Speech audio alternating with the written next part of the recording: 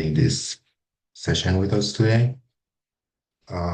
So we're going to discuss impact evaluation, measuring long-term change. But just before I get into this, I just wanted to kind of like give a brief introduction of myself. So as you know, my name is Cassange Bitère. I am a development practitioner. I do my concentrations or specialization in global health and well-being and also monitoring and evaluation. I've started working in the development field in 2019. I studied in Haiti with the AIDS Healthcare Foundation, where I did some monitoring and evaluation work with them and also some program management. And then I relocated to the US to start my graduate degree. I have my master's degree in development practice from Emory University. And also while I'm there, I started working with Care International, and I've had multiple assignments in sub-Saharan Africa as well, for especially Cote d'Ivoire and Kenya. So all my work relates to monitoring and evaluation, and also some research as well on social norms. So basically, that's me. And today, I'm really happy to kind of like introduce you to impact evaluation. And for our session today, the agenda that I have, I'm briefly going to talk about our objectives for today, talk about what impact evaluation is exactly and why measuring long-term change is really important.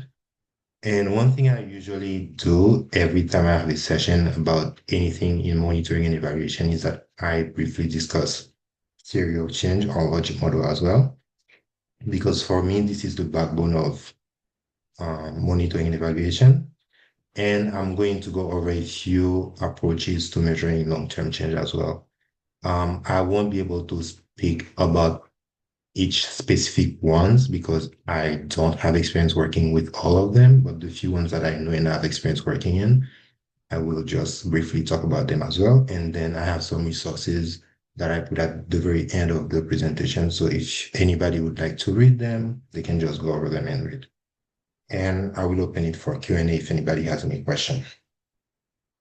So as our objective for today, I expect that everybody here will be able to define and will have a better understanding on the importance of impact evaluation and its purpose, and also be able to identify different methodologies for measuring long-term change. It's not something that is going to be like very broad, so I try to kind of like summarize it into two specific objectives. So to begin, what is impact evaluation? So just before we dive into like the details of impact evaluation, I wanted to kind of like revisit with you what evaluation is exactly. So here I define evaluation as a systematic process for gathering and analyzing information to kind of like determine the value of a program, of a policy, or any project as well. But I would say the question here is, how do we really know if a program is working? So it's sometimes people would just think doing evaluation is telling like everybody we reach out, we've trained like 100 people, or we build a clinic in this community, but it's not really enough about saying like we train 100 people and we build a clinic. As much as these may sound like some great activities, they don't really tell us like if people's lives have been improved because of what we did as activity, or if it hasn't been improved. So that's where evaluation comes in, and that's why it's really important to do evaluation for any program, any project, or even any policy that you are implementing. So as I said earlier, evaluation is like a systematic way of collecting and looking at information, so we can kind of like use this information to judge the true value of the program or the policy as well. And it also kind of helps us to take a step back and ask, did the program achieve what we wanted it to achieve? Now, within evaluation, there are like different type of evaluation, but today we're going to be focused on impact evaluation, but there is formative evaluation, there's like process evaluation, outcome evaluation. But for impact evaluation, what it does, it digs deeper into your data or your findings, like your preliminary findings or the findings of your process evaluation, things like that.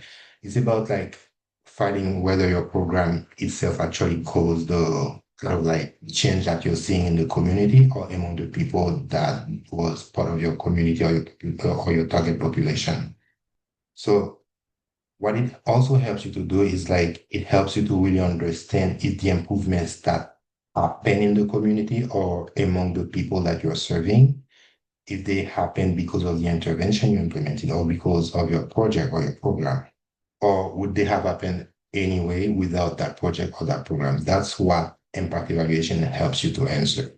And one thing I want you to note here is that those changes that you're going to kind of like try to understand within the impact evaluation, they can be positive or negative change, or they can be something that was expected or unexpected as well.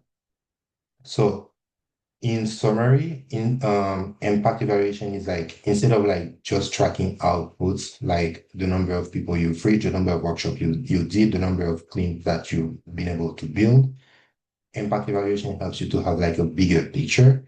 It shows you the cause and effect link between the work that you did and the results that's on the ground.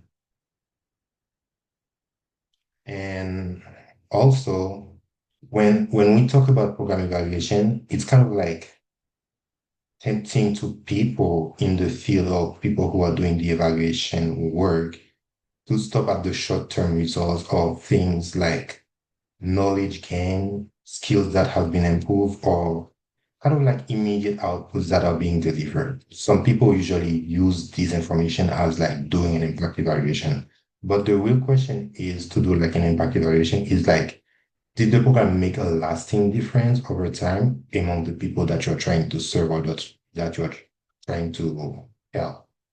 And that's why like measuring long-term change is really important.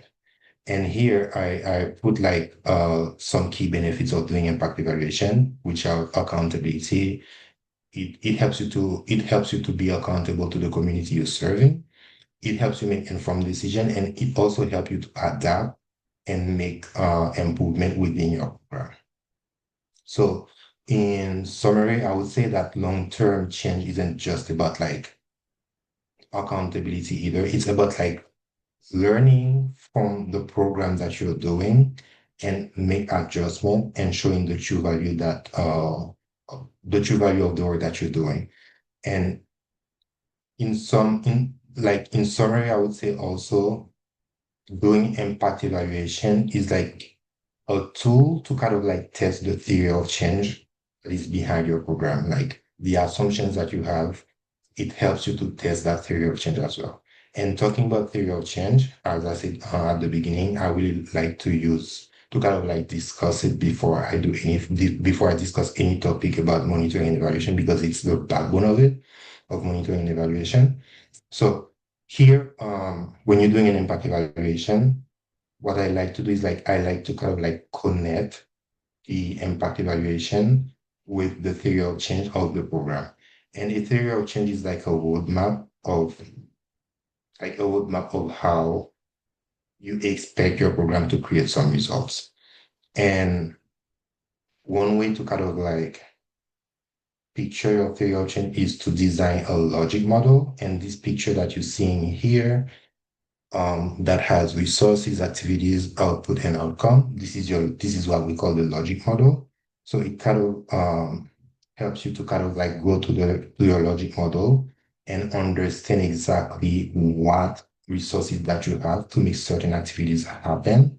And based on the activities that you're implementing, what are your expected outputs from these activities and what are the outcomes that are going to be the result of everything that is in your logic model. So in some way, like you see in this example here, in this picture here, if those outputs are kind of like delivered and the expected outcomes are achieved, changes like in terms of like knowledge, behaviors, or conditions of people that we are trying to help are going to happen. So when that happens, in order for you to better understand them, that's when you're going to do some impact evaluation to ask, did those outcomes really happen because of your program, because of the activities that you did, because of the output that occurred among your population or among your community? that's exactly why you have to do some impact evaluation to better understand like the assumptions that you have behind your logic model is realistic and if it actually helps you to achieve what you wanted to achieve at the very beginning when you were implementing the project or the program. So as you look at this diagram here, think of it as a like a roadmap, as I said earlier, or like moving from left to right, like the resources to the activities and your activities to the outputs and your outputs to the outcome. And once you have your outcome, that's when you can actually think about like doing some impact evaluation to kind of like zoom in to see kind of like whether the links in this roadmap or in this logic model are logic and whether the program is really like making some difference in the community. And here, this is an example of a full logic model that I got from the Planting the Seed book, which is a book to guide you to develop some program evaluation for public health. It's implemented by the CDC, and this logic model is for an asthma control program. As you can see on the left, where you see the input, activities and outputs. These are things like partnerships, training, and also some surveillance work that they are doing as well. These are all important pieces in the logic model, but they mainly show you what the program is trying to do or what the program had done. But when you're thinking about like impact evaluation, your attention should focus on the little circle, red square that I have here on this section. When you're thinking about impact evaluation, you focus on the outcome section or the outcome components like short-term outcomes, intermediate outcome, and long-term outcome as well. This and in the short-term outcome, we might see things like stronger partnerships or like improved knowledge among healthcare providers and things like that. In this part, you look like like at a no, not in the short-term outcome, but in the intermediate outcome, you look at a system level change, I would say, such as like certain evidence, like for example, in this specific logic model you can have like certain evidence of informed asthma policies. Are they doing better? Are they improving the health of people in the community and things like that? And finally, there's the long-term outcome component. That's where we expect to see some real impact to happen, like improved quality of life for people for people that have asthma and certain things like fewer hospitalization, people that have asthma as well. And like for that specific program, they might be thinking about like reducing the cost of like hospitalization or like treatment for people with asthma.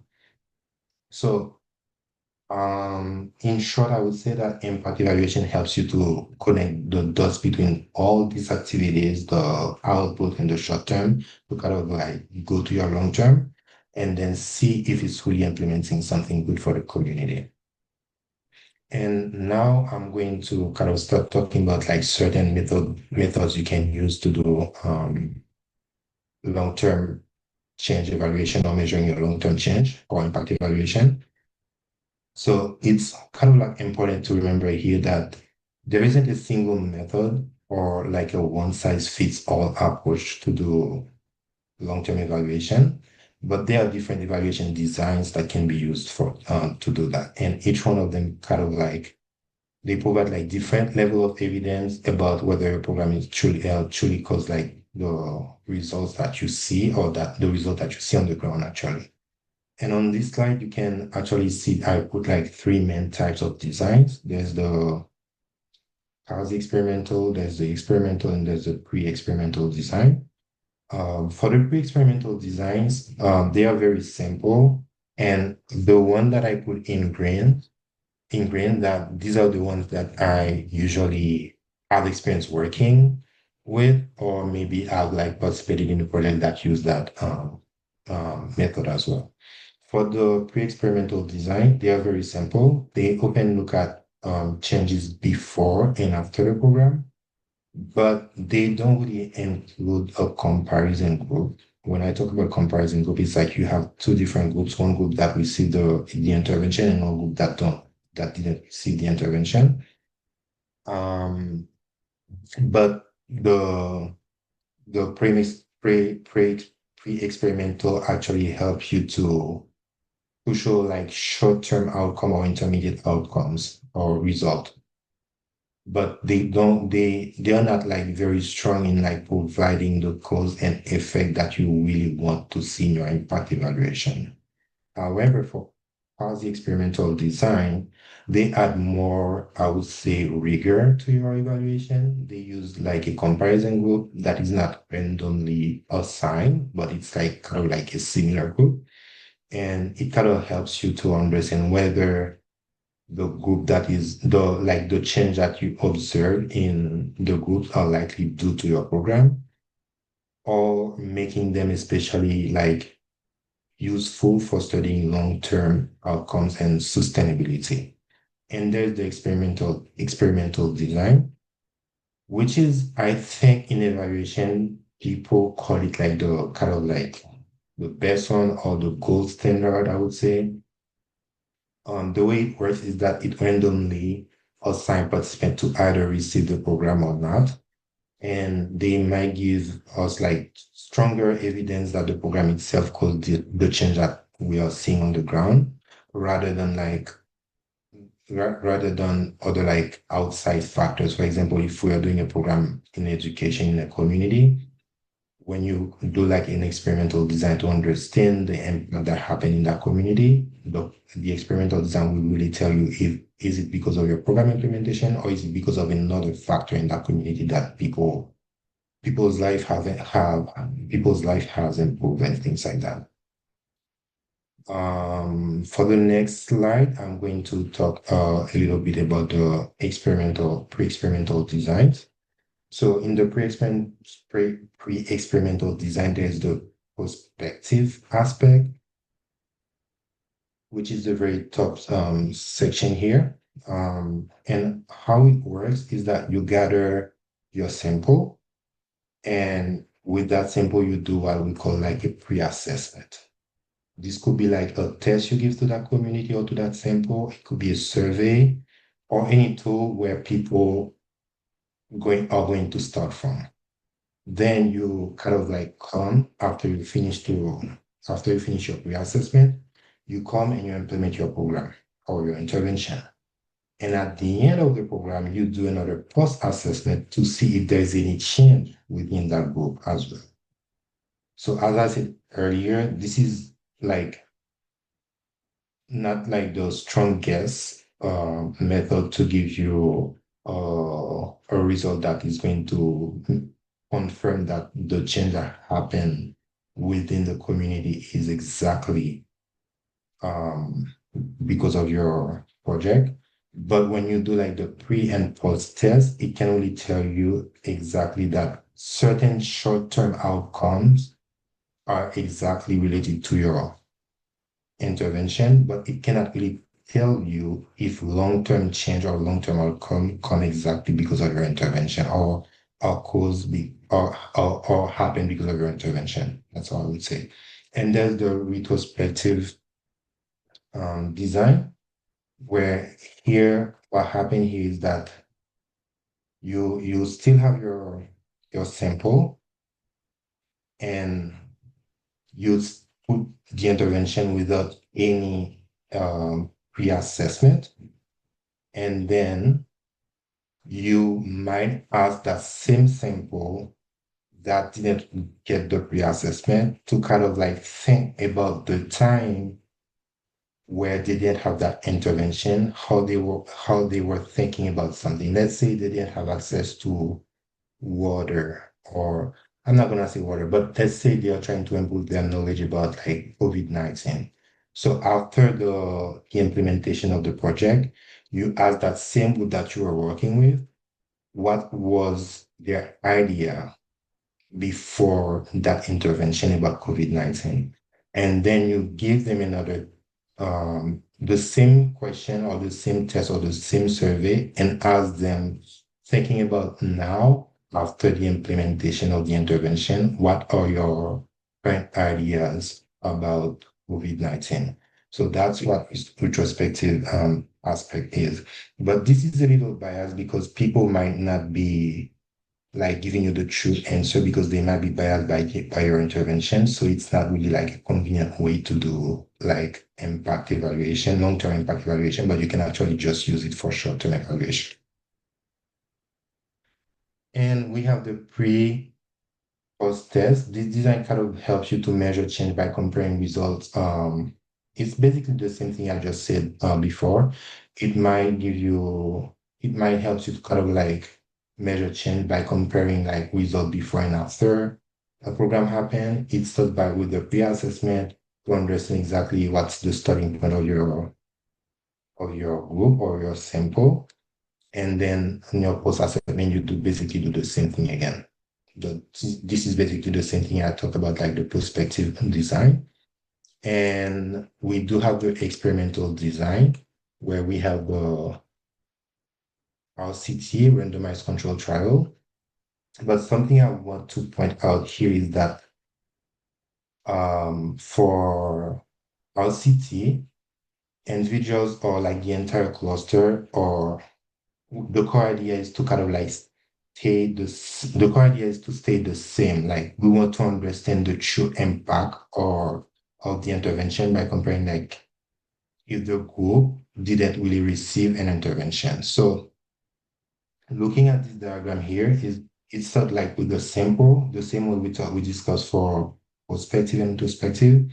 It start with the sample, which is the group of participants that you're going to recruit for your study. And this could be individuals from like school, village, or whatever the community is. It really depends on what we are evaluating. Um, what's important here is that you randomly assign this participant to either the intervention group or the control group. And talking about intervention group is intervention group is like the group that is receiving the program that you're implementing, and control group is not receiving the program that you're implementing. So a randomization is kind of like key here because it helps you to ensure that both groups are comparable to the at the very start of your program. So any difference that happen or that we observe at a later stage during the implementation are more likely to be because of the intervention itself, not because of like pre-existing differences between the different groups. And one other thing is that both groups go through pre-assessment. And that's what those little emojis are like, the pre-assessment here and the pre-assessment down there as well for the intervention and for the control group.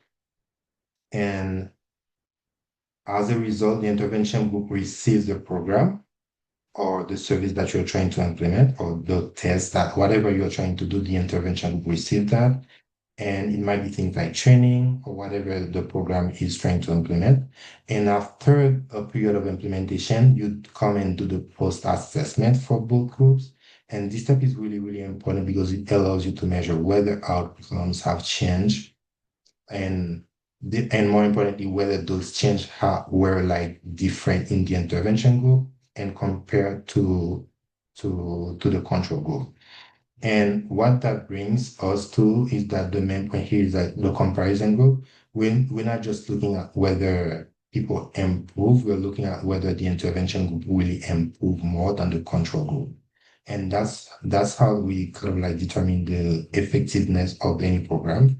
And that's why most of the intervention programs, when they are trying to do long-term evaluation or impact evaluation, they usually use RCT to have a better idea of how like their program actually brings change to the community or to the population that they're trying to work with.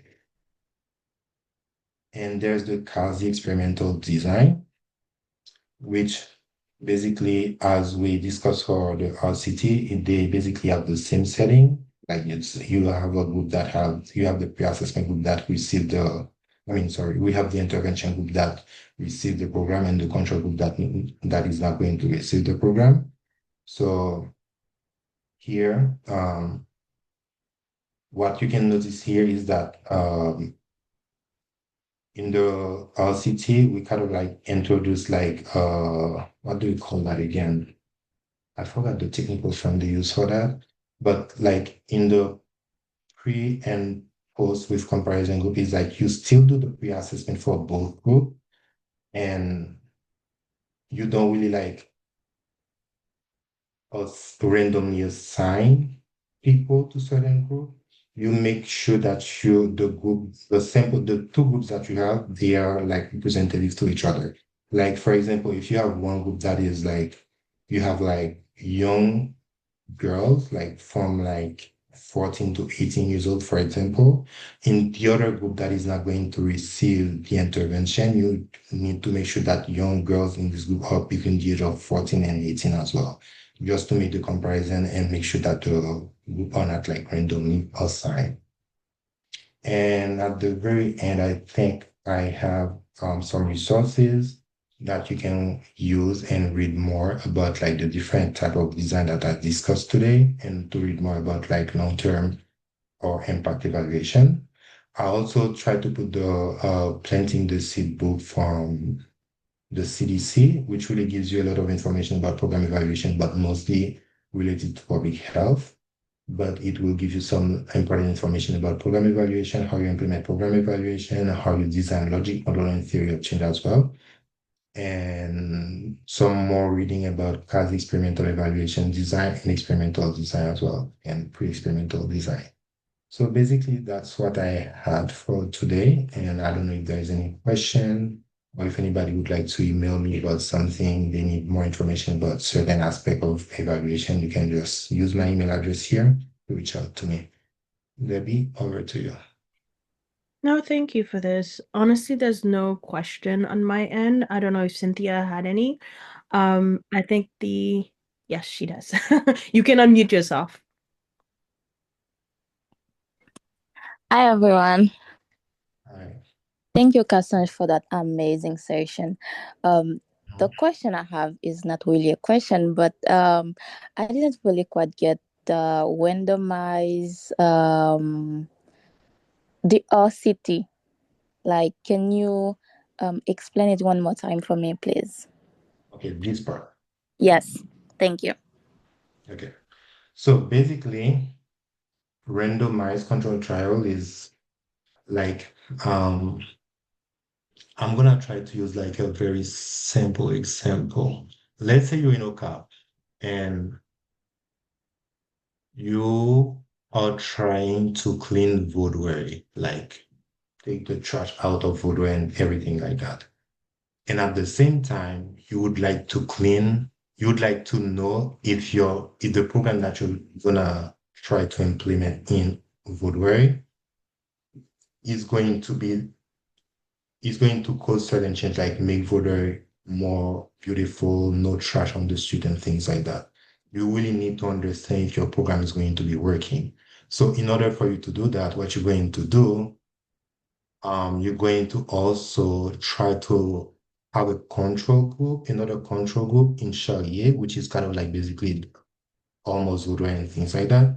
So you're not going to implement that program in Charlier, but you're going to implement it in Voodoo.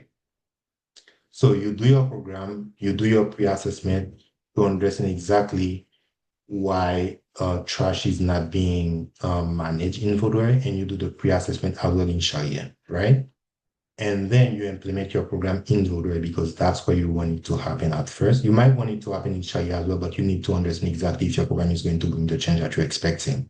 So you implement your program in Vodware, and then you have like your control group in Sharia, but you're not implementing the program there. And then at the very end of your intervention, you go to both your communities, Zodware and Shaye, and you do another post assessment to understand if because Zodware is clean, is it because of your program? And you do that same post assessment in Shaye as well to compare the same results. You get what I mean? Okay, it's like when you wanna do something somewhere and you go ask someone else for advice. Isn't it like that? I know you do. I know you do. How do you call it? Crochet, right? Yeah. Okay, I'm just gonna use an example of your crochet project.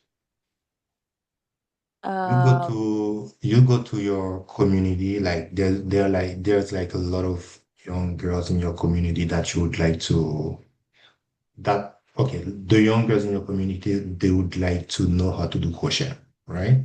Yeah. And what you're going to do is that you're going to have your project implemented in that community and make sure that young girls are able to do crochet, right? All right. But at the same time, you want to understand if the project that you're implementing in this area about crochet is going to be the one that supports young girls in that community to do crochet as well. So in order for you to do that, you have two different group of girls. The one that is going to receive your project, which is to know how to do crochet, and that one that you're just going to control, but you're not going to show how to do crochet at all. Do you understand that? To that point, right? Yeah, yeah, I get it. Okay, so now you have the group of girls that are doing crochet, that you're teaching how to do crochet and everything. You do the pre-assessment first. You ask them if they know how to do crochet. They don't know how to do crochet. That was your result. And the other group that is not going to receive that intervention, they say that they don't know how to do crochet, or maybe we have something in, but we don't really know how to finish it and things like that. So that's gonna be your pre-assessment result. And then the group that is receiving the project, the intervention, you teach them everything about doing crochet. And at the very end of the intervention, you do a post-assessment to understand if they can do crochet now. Like the post-assessment is saying, yes, that group that received the intervention, they do crochet very good. 90% of them do it very good now. But the group that didn't receive the intervention, that the pre-assessment was maybe like 50% said they could, stay the same or only had an increase of like 5%, which is 60% compared to the intervention group. That is like 90% of them can do crochet. So that's exactly why you use RCT to understand exactly if that project that you're trying to implement in that community is the one that is bringing the change that you see. Does it make sense to you now? Yeah, quietly. Okay. Let me like I was teaching young girls at a school during this year, and if I quite understand it, um in that school some girls wanted to know how to do crochet, but others weren't interested. So that category would be my control group, right? Yeah, yeah. Okay. That the category that's going to be a control group is the category that is receiving the project. Oh, that is receiving the project. Yeah. Okay. The other control group is not going to receive the project. Okay. Okay. I get it. Thank you, Cassange. You're welcome. Thank you for that. I think it will be best to also probably include some examples of the other oh my God. The other methods, if possible. Which other, the other method that I mentioned here, Yes. let me go back to the slide again, sorry.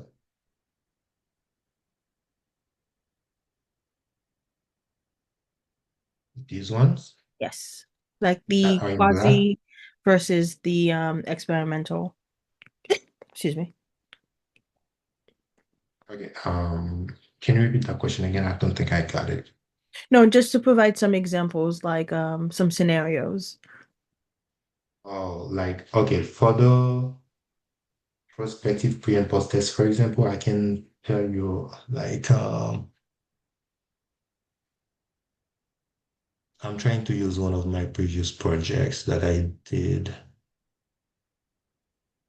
I can't remember one right now, but Hmm. basically what it is, like the pre and post test, is that let's say you go to a community and you're trying to understand if people know enough about family planning or maybe like contraceptive. Let's say contraceptive. So you go to that community, a group of young girls in that community, and you want to implement a project about contraceptive use, right? Hmm. And you arrive there you don't know if the community knows about contraceptive methods, and you test them to understand if they know about contraceptive methods. So this is going to be your pre-assessment, testing them to know, like you can give like a survey and everything that can help you gather that information. Let's say for the pre-assessment, 20% of the whole community, let's say the community is like 100 people. 20% of them say, yes, we know about contraceptive methods, right? So you have 80% of that community that don't really have information about contraceptive methods.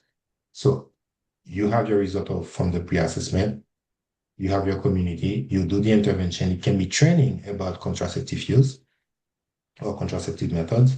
You provide your training. The training is into your intervention. And if there's anything else you can complement your training with, you do that as well. And then at the very end of that intervention, you do what we call the post-assessment. The post-assessment basically is going to be the same tool that you use for the pre-assessment. It might have been a test, it might have been a survey. You're going to use that same tool again, and you're going to compare these results to see if there's a change in between the result from the pre-assessment and the post-assessment.